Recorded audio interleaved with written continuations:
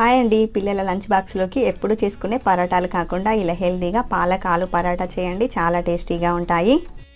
దీనికోసం అయితే ముందుగా పాలకూరను తీసుకొని శుభ్రంగా కడిగి ఒక 2 నిమిషాల పాటు వేడి నీళ్ళలో వేసుకోవాలి. తర్వాత ఈ పాలకూరని మిక్సీ జార్లోకి వేసుకొని ఇందులోనే అల్లం ముక్కలు, పచ్చిమిర్చి, వెల్లుల్లిపాయలు, అలాగే 1 టేబుల్ స్పూన్ దాకా నువ్వులు కూడా వేస్తున్నాను. ఇది ఆప్షనల్ మాత్రమే. వీటన్నింటిని మెత్తగా గ్రైండ్ చేసుకొని గోధుమ పిండిలో వేసి తగినంత ఉప్పు వేసుకొని పిండిని సాఫ్ట్గా కలుపుకోవాలి. పిండికి కొంచెం ఆయిల్ని అప్లై చేసి ఒక 10 నిమిషాల పాటు పక్కన పెట్టేసుకోవాలి.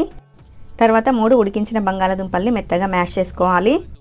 ఇప్పుడు ఇందులోకి తగినంత ఉప్పు, కారం, జీలకర్ర, పసుపు, జీరా పౌడర్, ధనియా పౌడర్, ఆమ్చూర్ పౌడర్, అలాగే 1 టీ స్పూన్ దాకా వామును వేసుకోండి. సన్నగా తరిగిన కొత్తిమీరను కూడా వేసుకొని వీటన్నింటిని బాగా మిక్స్ చేసుకోండి. ఇప్పుడు మనం కలిపి పెట్టుకున్న పిండిలోంచి కొంచెం పిండిని తీసుకొని ఆలు ఫిల్లింగ్ని మధ్యలో పెట్టేసి ఇలా క్లోజ్ చేసుకోవాలి.